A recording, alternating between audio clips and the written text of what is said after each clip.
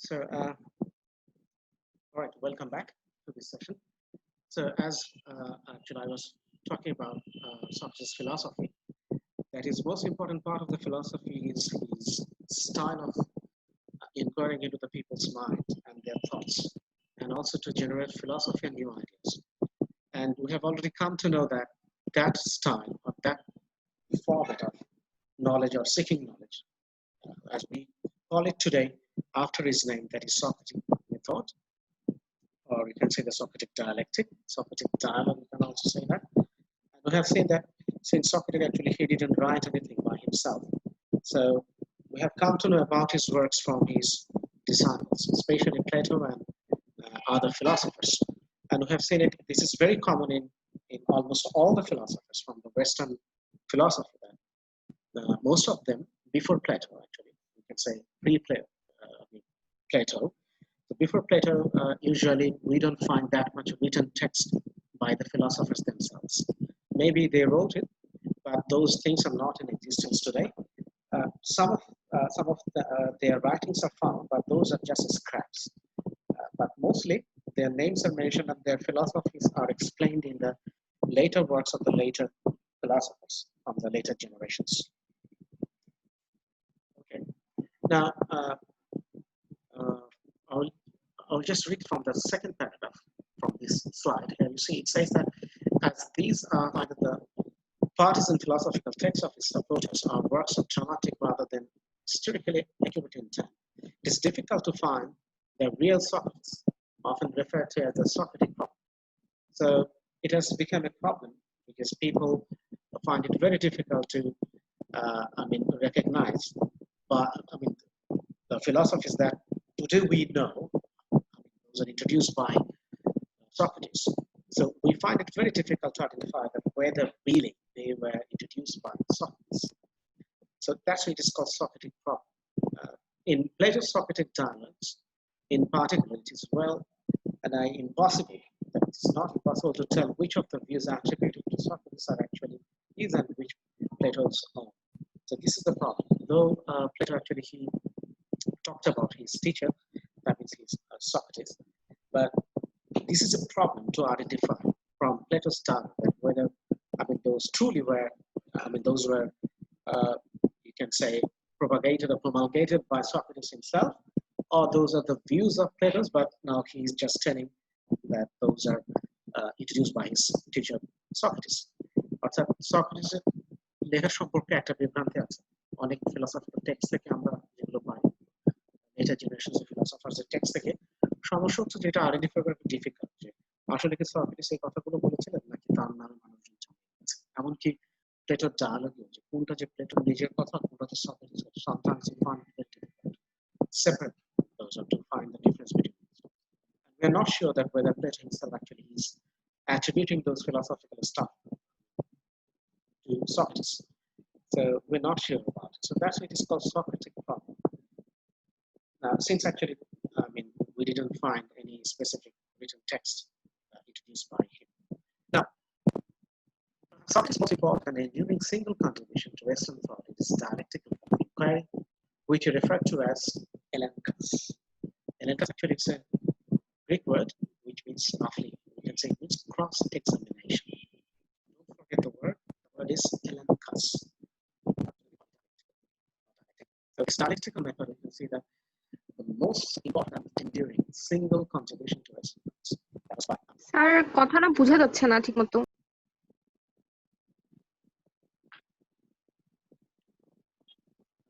Can you hear me clearly? Clear না কথা। Sir কথা কাটা কাটা আসতেছে আর বাতাসের শব্দ হচ্ছে।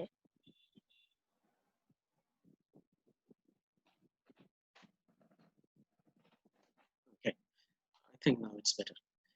Okay, now so as I was saying that his method is called Elenchus. Roughly we call it cross-examination. That way actually he asks question. Here he questions people. That is what we call it cross-examination. Now I will just show you an image from there. Actually, you can get a very clear picture of it. So, but which has become known as Socratic method or Socratic debate. So this is also called Socratic method, or we can also call it Socratic debate. but in Greek word we call it Elenchus, or cross-examination. Now, it has been called a negative method of hypothesis elimination, in that better hypotheses are found by steadily identifying and eliminating those which led to contradictions. So this is called negative method of hypothesis elimination. Negative method in that sense, that means you will have several hypotheses, like hypothesis 1, hypothesis 2, or we can also call it premises. You can have many premises. আমরা বাংলায় যেটাকে বলি প্রস্তাবনা বা proposals অথবা hypothesis যেটাকে বলছি। একটা হতে পারে প্রস্তাবনা 1, প্রস্তাবনা 2, প্রস্তাবনা 3, hypothesis 1, 2, 3, 4, 5. So it can go on in that way. So you will have those hypotheses or premises like 1, 2, 3, and then you will start asking questions about all these hypotheses one by one.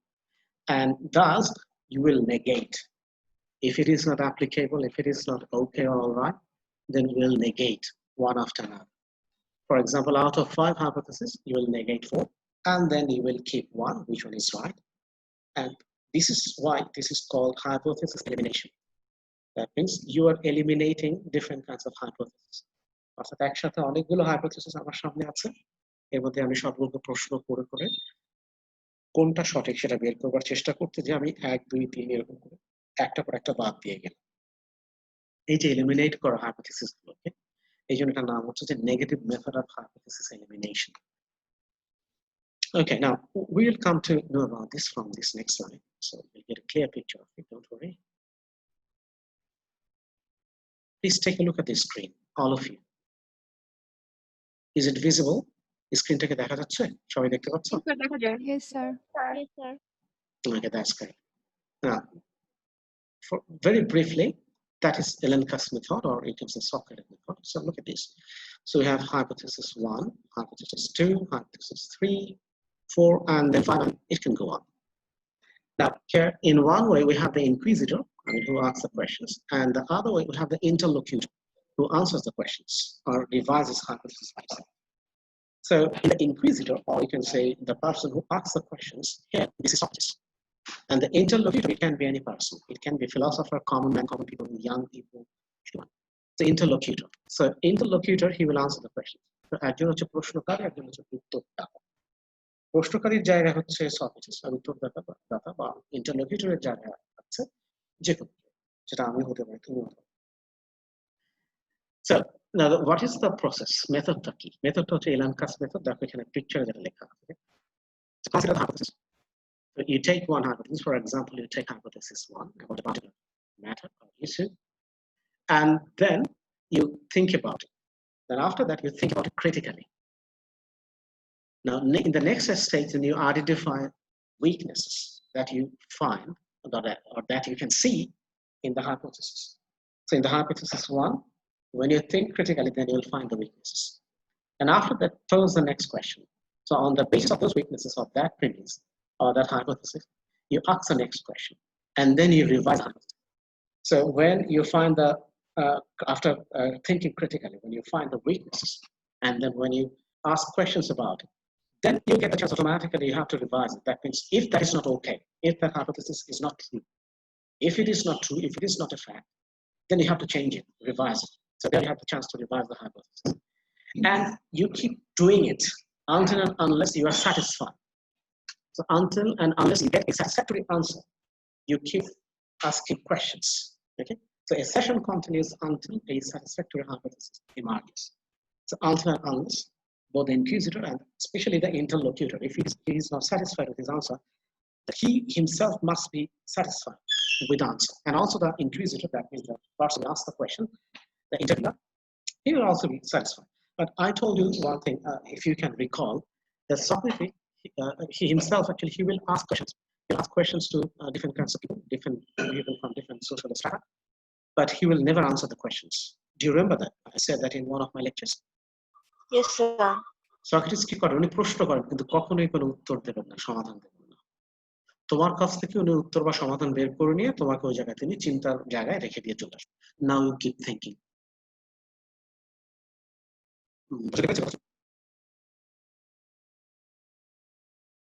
Is it okay?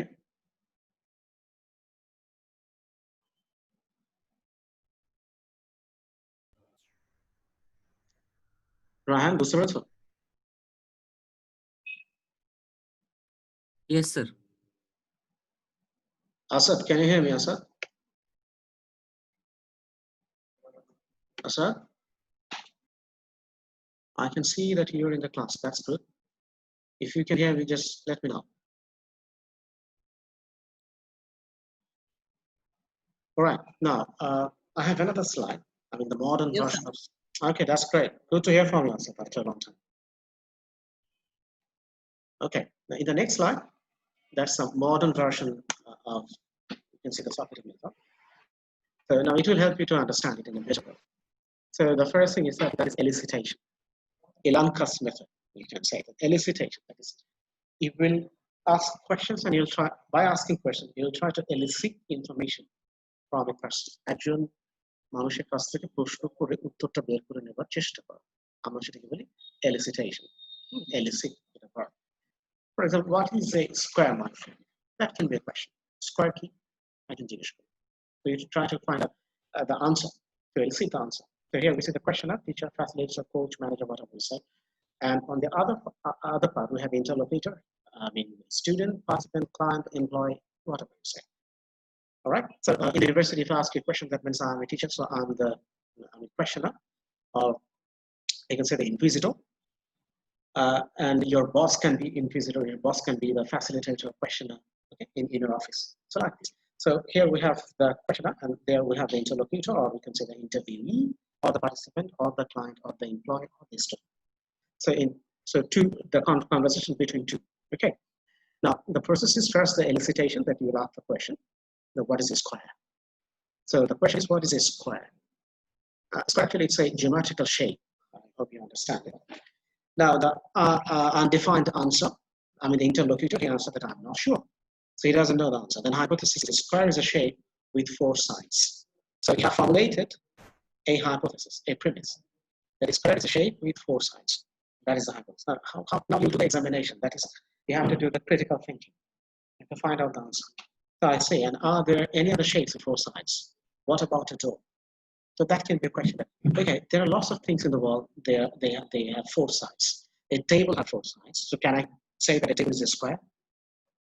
A door has 4 sides. So can I say that the door is a square? Do you get my point? No, sir, it's a rectangular shape. The door has a rectangular shape, not a square. Okay, because you know it. That's it.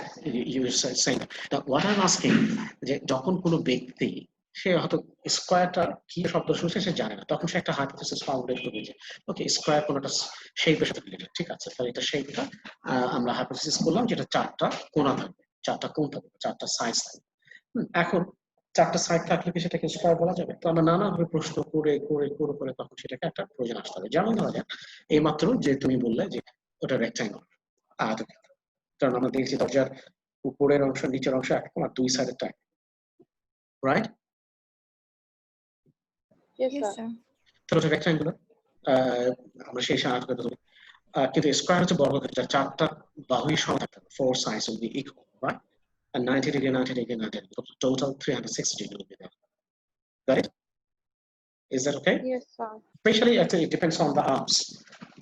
4টা বাহু কি থাকবে, একদম সমান থাকবে। তাহলে আমরা দেখলাম যে দরজা হলেই 4টা কোণা আছে, ঠিক আছে, কিন্তু তার মানে সেটা স্কোয়ার না। So we'll take more other shapes.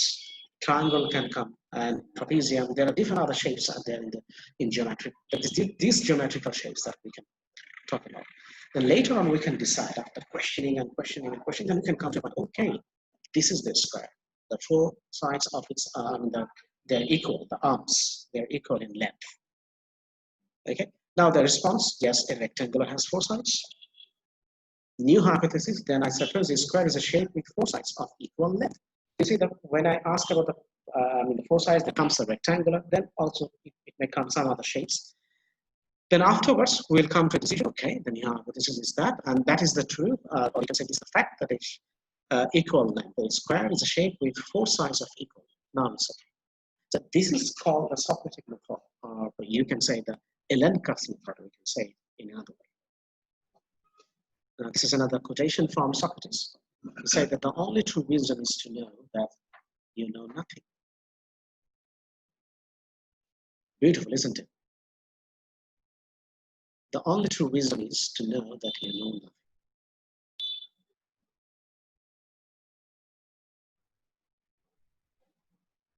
Okay, in the next slide, even today, the Socratic method is still used in classrooms and law schools as a way of discussing complex topics in order to expose the underlying issues in both the subject and the speaker.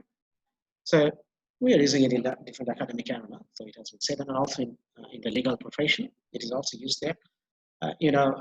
When people are taken into the detention, then they are cross-examined. So they will be asked different kinds of questions, called cross-examination, just to find out the truth from the detainee. All right, its influence is perhaps most strongly felt today in the use of the scientific method in which the hypothesis is just the first stage towards a proof. I hope that you have a course in this semester that is research methodology. So you can see that in the research methodology, you have to form a hypothesis. And how can actually you can come close to the hypothesis, or you can prove the hypothesis by asking questions, different kinds of questions, just like this. So these days we ask questions in the form of questionnaire or interview, or doing different kinds of researches from, taken from different sources, from books and different kinds of articles, we read it. And then we try to find out the truth about the hypothesis that so far we have met. So আমরা দেখেছি যে আমরা আমাদের যে research মেথডোলজিতে আমরা যে hypothesis করি, আমরা হাইপোথিসিসকে প্রমাণ করার চেষ্টা করি বিভিন্ন প্রশ্নের মাধ্যমে, কোয়েশ্চেনের মাধ্যমে, ইন্টারভিউর মাধ্যমে, পিয়ার ওয়ার্কের মাধ্যমে কিংবা গবেষণার মাধ্যমে। আমরা সেটা আবার করে থাকি বিভিন্ন বই বা টেক্সট একসাথে নিয়ে, বিভিন্ন বই থেকে বিভিন্ন ইনফরমেশন নিয়ে আমরা হাইপোথিসিসটা যে করলাম একটা বিষয়ের সঙ্গে সেটা সত্যি নেবে সেটা প্রমাণ করার চেষ্টা করি। সোজা কথা হচ্ছে হাইপোথিসিসটা সত্যি হতে পারে, হাইপোথিসিসটা মিথ্যা হতে পারে, but you have to ask questions and we use these Elenchus Method. In the modern way, we have improved it, and we have different kinds of tools for conducting this kind of inquisition or this kind of interview or this kind of examination. এখন আমাদের নানা রকম modern technique আছে, বিভিন্ন tools আমরা ব্যবহার করি, সেগুলো ব্যবহার করার মাধ্যমে এখন আমরা এটা সায়েন্টিফিক করছি। But it is started with the baseline or the framework of these scientific method. It has been established by Socrates himself through the Socratic method that we also call Elenchus method or Socratic dialectic. Okay? বোঝা গেছে পর্যন্ত? Yes, sir. Okay, that's great. That's great. So remember, it's going to be a very important question for your exam, the Socratic method. So try to take your preparation for this one, okay? Which is very important for your city and also for your upcoming final midterm final exam. Okay, all right. Now, at its simplest, the Socratic method is used to solve a problem by breaking the problem down into a series of questions. See, we have already seen it, that it will be a series of questions, the answers to which gradually distill better and better solutions. So through asking these questions, we'll come to a conclusion, and that will be the better solutions, better answer for the hypothesis or for the premises that Socrates have met. Both the questioner and the questioned, that means the person who asks the question and the person who has been asked the question or who is being asked the question, explore the implications of the other positions in order to stimulate rational thinking and illuminate ideas. So you see, both the questioner and the questioned explore the implications of the other positions. That means what about the other people, other researchers? What do they think about? The implications means you can see the importance, significance, or different other meanings. Okay, that we call implications. That means what does it mean besides this? I have already made a hypothesis, but besides that, what are the other possible solutions, other possible meanings will be there? So we'll try to find out those positions. And why actually we will do it? We will do it to stimulate rational thinking and illuminate ideas. Actually, it's all about comparison and contrast, but through asking questions. And we do it to stimulate rational thinking, because we want to think rationally, and also we want to illuminate ideas. That means we want to extend our ideas, we want to explain our ideas, elucidate our ideas, or extend our ideas. That is, you can also say the amplification of our ideas. So for that, actually, we have to think about alternatives, or different other alternative options, positions. That Socrates could counter any assertion with a counterexample which disproves the assertion. The Socrates could counter any assertion with counterexample which disproves the assertion. This would lead to a modified assertion, which Socrates would then test again with another counterexample. Through several iterations of this kind, the original assertion is continually adjusted and becomes more and more difficult to refute, which Socrates held meant that it was closer and closer to the truth. So you can just look at the counterexample. For example, I have formed a formulate a hypothesis, and then I will bring some counterexample, that is examples from different alternative sources, alternative options. And then I'll put those counterexamples to disprove the assertion. That means with the hypothesis I have decided, for example, just very simple thing that man is smart. So that is my hypothesis. And I can bring different other counterexamples. That is it that only man is mortal? Maybe there are different other animals. They are also mortal. So we'll try to bring those things. And also we'll try to find out that is man immortal? We also have to think about it also at the same time. And if it is so that man is immortal, then how is it possible that how man is immortal? So you see, we have to bring all these counterexamples together to disprove the assertion that I've already made, the hypothesis, the so-called hypothesis that I'm talking about, that is, man is mortal. So, and then with these counterexamples and proving, disproving it, I mean, the assertion means যেটা আমি নিশ্চিত করে বলেছি যে মানুষ মরণশীল, এই assertionটাকে, এই hypothesisটাকে এখন disprove করার জন্য, ভুল প্রমাণ করবার জন্য আমি একটা counterexample নিয়ে আসছি।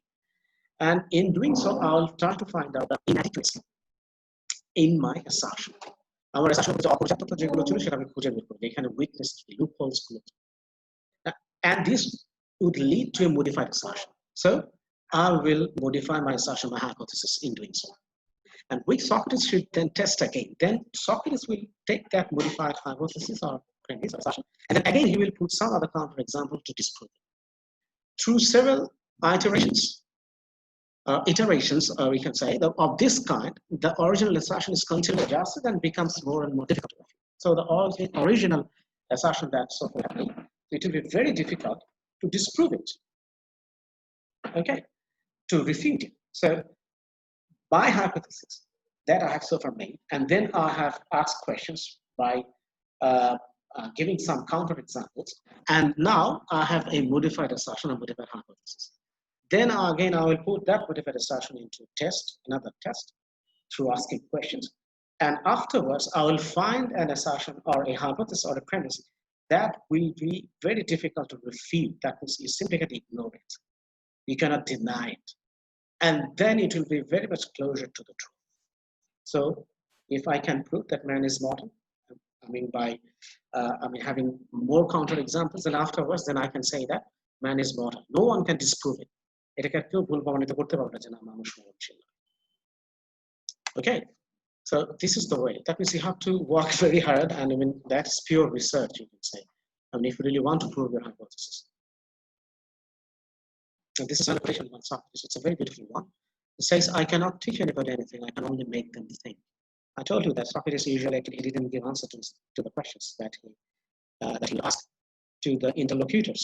Rather, he will just pose questions and he will make them think. So he will make people think, but he will not answer. He will provide many answers. Okay, now Socrates believes fervently in the immortality of the soul, and he was convinced that the gods had singled him out as a kind of divine imagery to pursue the people of Athens, that their moral values were wrong-headed, and that instead of being so concerned with their families, careers, and political responsibilities, they ought to be worried about the welfare of their souls. So you see, he actually gave emphasis on the immortality of soul. Here, soul means actually the ethics. The ethical thing actually comes here automatically when you talk about the soul. And he considered himself as a divine imagery. Imagery means representative. So he considered himself as a divine representative. And what kind of representative? That he will persuade the people of Athens to follow the good rules, moral values. He will try to make them ethical. Because at that time, you know, lots of corruption actually was there. I mean, the whole Athenian society, it was considered to be corrupted during the time of Socrates. So Socrates actually took this responsibility on his shoulder to edify people. So for the edification, moral edification, or moral upliftment of the people, so he worked. And he took it as a divine responsibility. So that's actually he was worried about this welfare of their souls, because people were very much careerist. They more bothered about the politics, so they're highly political kind of people. People cared about their families, so they were very much worried about their families, their career, political responsibilities, all these things. I mean, all the worldly things they were worried about, except the moral values. So Socrates actually, he focused on it and he tried to uplift the moral values of the Athenians. So after this, is it clear? Do you need any other further explanation or anything else? Or if you have any question, you can ask me. Is it clear? Do you have any question?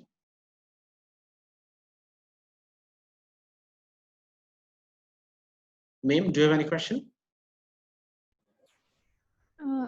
No, sir. Sir, can you repeat the divine imagery? Okay, that's great. Okay, even if I don't ask you a question, why don't you stop me sometimes and ask me questions, okay? So whenever you have any problem, when I finish a particular slide, and at the end of the slide, you can ask me a question anytime. All right, Okay, sir. Kausalaju, do you have any question? Kausalaju, can you hear me? Are you with us? Kaus?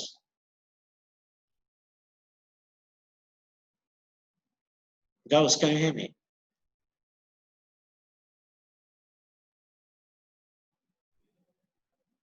Fine. Fine. Please text Gauss personally that whether actually he's with us or not. Because I can see he's online, but he's not answering my questions. If he has any problem, tell him to inform me about that. Fine, can you hear me?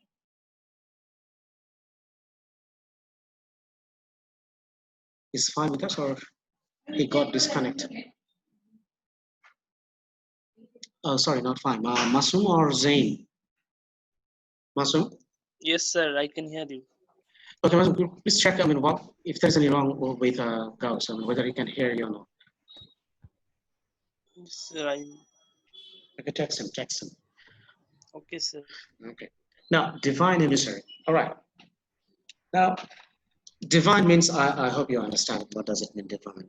In Bengali, we call it Oishwarik. Emissary means the representative, প্রতিনিধি। অর্থাৎ ঐশ্বরিক প্রতিনিধি মানে সৃষ্টিকর্তার পক্ষ থেকে দায়িত্বপ্রাপ্ত। বোঝা গেছে কথাটা? Yes, sir. মানে নিজের ঘাড়ে উনি একটা নৈতিক দায়িত্ব মনে করেন যে actually all of us in a sense we are the divine emissaries because we are the representative from the Almighty. কথাটার সাথে কি তোমরা খুব অপরিচিত? I mean, especially I'm talking about the people from the Islamic background. আমরা সবাই সৃষ্টিকর্তার পক্ষ থেকে পৃথিবীতে প্রতিনিধি না? Yes, sir. যেটাকে বলে ভাইস চেয়ার, আরবিতে বলে খলিফা। এটা এমন না যে একজন ব্যক্তি খলিফা, আমরা সবাই সৃষ্টিকর্তার পক্ষ থেকে ডিভাইন এমিসারি। আমাদের কাজ কি? সৃষ্টিকর্তার কথাগুলো মানুষের কাছে পৌঁছে দেওয়া, মানুষ যাতে মোরাল ভ্যালুস বা এথিক্সটা ঠিক থাকে, যেন মানুষ করাপ্টেড না, হ্যাঁ, তারা যেন খুব বেশি দুনিয়ামুখী যেন না, তারা যেন হেয়ার আফটার যে আফটার লাইফ এটাতে যেন তারা তাচ্ছিল্য না, এটাকে ইগনোর না, বা এটার জন্য যে রসদ যোগানো প্রয়োজন এই পৃথিবীতে যতদিন আমরা বেঁচে আছি সেটার থেকে যেন আমরা মুখ ফিরিয়ে না নিই, এটার কাজ করে ডিভাইন। সেই ক্ষেত্রে আমরা প্রত্যেকেই যে ধর্মের থাকে না কেন, আমাদের ধর্মের সেই সুন্দর কথাগুলো মানুষের কাছে পৌঁছে দেওয়া আমাদের দায়িত্ব। So that's why he also considered himself as a divine image. He thought himself just like this. It sounds pretty Islamic, but it is very much applicable for all the people from all the religions. Now, is it clear? Yes, sir. Okay, that's great. All right, now then we jump to the next slide.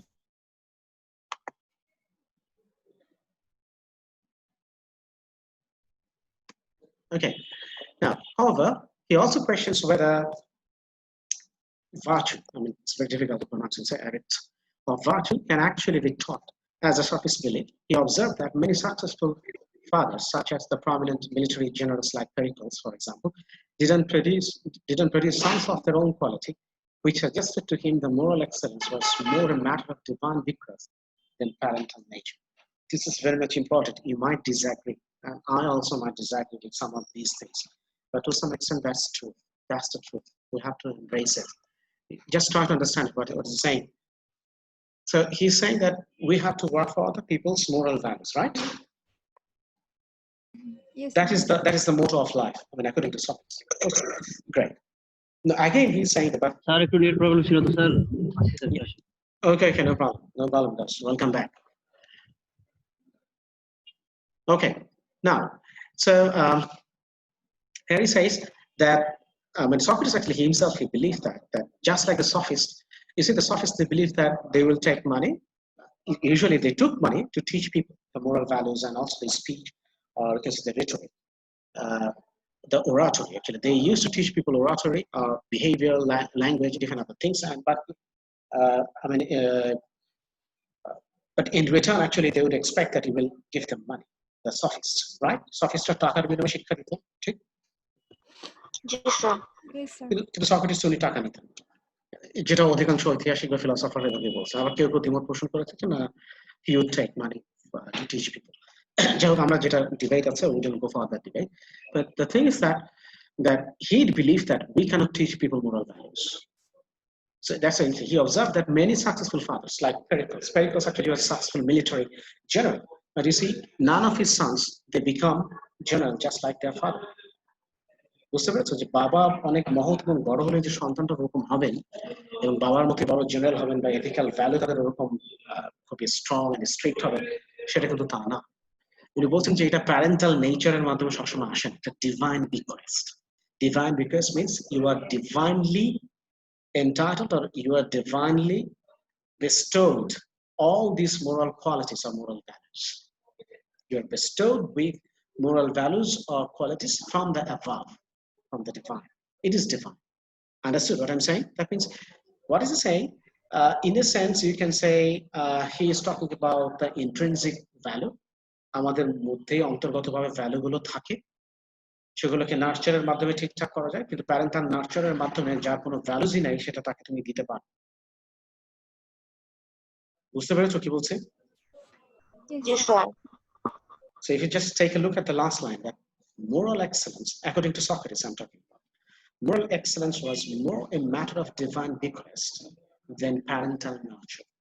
মানে বাবা মা যেটা তোমার মধ্যে nurture করবেন তার থেকে বড় এটা ভেতরে থাকতে হয়, জিনিসটা ডিভাইন, আল্লাহ প্রদত্ত, সৃষ্টিকর্তা প্রদত্ত, divine nature. Okay, you may disagree. You may disagree. I can also disagree with some of the things. Sometimes actually we need our parental guidance. We need their guidance. Without parental guidance, actually we cannot be the people like the way we are today. বাবা মার instruction বা তাদের guidance ছাড়া আজকে আমরা সবাই যে পর্যন্ত আসছি এটা সম্ভব ছিল না। যদিও এটাও ঠিক যে ভেতরেও কিছু আমাদের এথিক্স গুলোকে গ্রহণ করার মতো সেই টেম্পারামেন্ট বা সেই সফটওয়্যারটা আমার থাকতো। এখন আমার সফটওয়্যারে যদি গরমিল থাকে, বাবা মা আমাকে দিলেও আমি নিতে পারবো। বুঝতে পারছো কি বলছে? Yes, sir. So it's all about intrinsic, অন্তর্গত ভিতরের ব্যাপারগুলো তিনি বলছেন। Okay, let's move on to the next slide. It says, death may be the greatest of all human blessings. Socrates said that. Okay.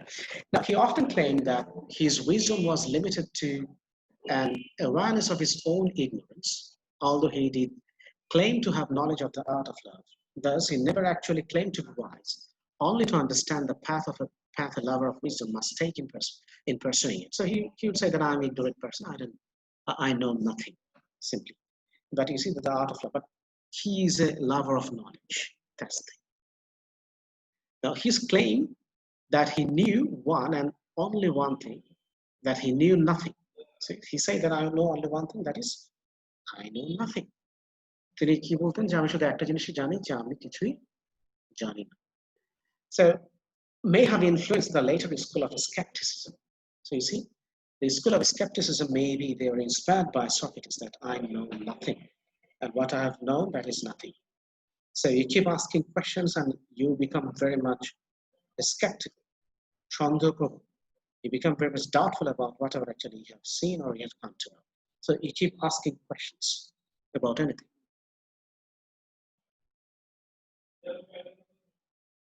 Now, he saw his role not as a teacher or a theorist, but as analogous to a midwife who could bring the theories of others to life. Although, to do so, he would, of course, need to have experience and knowledge of that of which he taught. He believed that anyone could be a philosopher, not just those who were highly trained and educated, and indeed, that everyone had a duty to ask philosophical questions. So he is famously quoted as claiming that the unexamined life is not worth living. So we came to know about this quotation in one of our lectures. The unexamined life is not worth living. That means if you don't examine your life, if you don't ask about your own existence, whatever you have, or if you take everything for granted, that is not a life actually. And that is not worth living. So if you really make your life worthy of living, then you must ask questions. You must ask questions to everything that is in existence. And that's why he's saying that he's just a midwife. He's not He said, I'm not knowledgeable, I'm not wise, I don't have the wisdom, but I just ask questions and I'm the midwife who would bring the theories of others to life. So theories of others to life means that he will ask the questions to the interlocutor and then he will help them to find out their own answers. What does it mean, midwife? Midwife কি? এর আগে একদিন জিজ্ঞেস করেছিলাম. You remember that? In Bengali, midwife means? Sir, Midwife, what does it mean? শুনতেই পারলাম মিডওয়াইফের অর্থ কি? কোনটার অর্থ জানতে চাচ্ছেন? Midwife, midwife. What does it mean, midwife? Can you tell me? Midwife. Sir ধাত্রী Exactly. বাংলা Exactly. ধাত্রী বা ডাইমন বাংলা যেটা বলে থাকি, অর্থাৎ যারা বাচ্চা প্রসবের সময় যারা হেল্প করে। আমরা তো এখন মডার্ন ডেতে নার্স আছেন, তারা করছেন বা ডাক্তার করছেন, but in earlier stage, before this evolution of the modern medical science, so they were midwife. Still in village areas, in rural areas, you can find midwife, and the work of the midwife is called midwifery. So the midwife, so he says that I am just a midwife. কি করেন? ধাত্রীর মতো উনি আরেকজনের পেটের ভেতর থেকে বা মাথার ভেতর থেকে উনি কি করেন?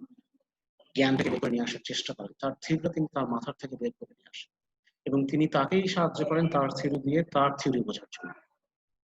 বুঝতে পেরেছো কি বলছি? জি স্যার মিডওয়াইফ কি করেন? অন্যের সন্তানকে তিনি সেটাকে সেই প্রসবে তিনি সাহায্য করেন, তিনি তার সন্তান প্রসব করবার পরে তার সন্তান তার কাছে ফিরিয়ে দেন না? জি স্যার নাকি মিডওয়াইফরা বাচ্চা প্রসব হওয়ার বাচ্চা বাসায় নিয়ে যায়? স্যার তাহলে খেয়াল করো, সক্রেটিস একই কাজ করতেছে, তোমার জ্ঞান তোমার মাথার থেকে বের করে আবার তোমাকে ফেরত দিচ্ছেন নতুন আলো। তাহলে এটা মিডওয়াইফের মতো কাজ হলো না? Yes, sir. Okay, that's it. Another quotation from Socrates: "It's better to change an opinion than to persist in a wrong one," which is very true. Sometimes out of ego or out of pride, we don't want to change our opinion, right? ভুল হলেও আমরা ওটা আঁকড়ে থাকি। বিশেষ করে অনেক বাবা মাদের মধ্যে এটা দেখা যায় যে আমরা সিনিয়র যেটা বলছি এটাই ঠিক, কিন্তু then to persist in a wrong বলছে রং একটা ওপিনিয়ন ধরে রাখার থেকে নিজের ওপিনিয়ন চেঞ্জ করাটা অনেক বেটার, অনেক ভালো। Now, next slide. Many of the beliefs traditionally attributed to the historical Socrates have been characterized as paradoxical because they seem to conflict with common sense, such as no one desires evil, no one errs or does wrong willingly or wrongly, all virtue is knowledge, virtue is insufficient for happiness. And you see, these are called Socratic paradox. Or we can say they are paradoxical in this sense that when you listen to them, it sounds very enigmatic or difficult. Sometimes it doesn't make any sense. So then later on, when you analyze it and you think about it very thoughtfully, then you can find the meaning beneath the surface structure, beneath the surface. For example, yes, we are given some sentence like, can you just tell me what is sufficient for happiness? Is it true? I mean, do you believe that? Or does it make sense? The last line. Virtue is sufficient for happiness. What do you think? It's a paradox. Apparently, it seems to be a paradox, or very paradoxical. Virtue is sufficient for happiness. What does it mean, virtue? Hello? Nishat, Nishi? Anyone? Nishat. Anyone of you are here? Nishat, Nishi, go ahead. Sir, Okay. Who can answer it? paradox means self-contradictory statement. Okay, I understand contradictory statement, but just tell me, why is the contradiction here? Virtue is sufficient for happiness. Can you live only with virtue? Don't you need food, water, shelter, accommodation, medicine? Don't you need that? Virtue is sufficient for happiness.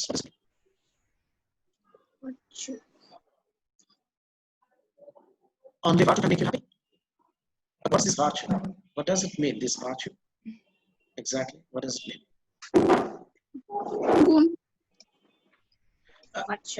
Exactly, gun or virtue means, for example, truthfulness, that's virtue. ভালো কাজ পূর্ণ। Exactly, you give charity to the people, that is your virtue.